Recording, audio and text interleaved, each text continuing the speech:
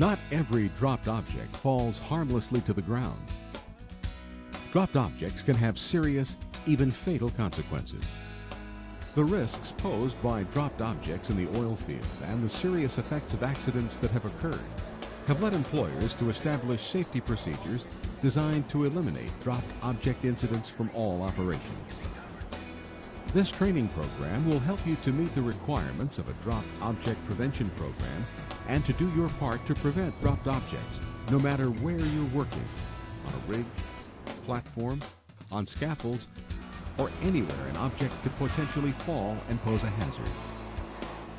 First, we'll focus on the factors that lead to dropped object incidents, then discuss the steps you can take to prevent these incidents.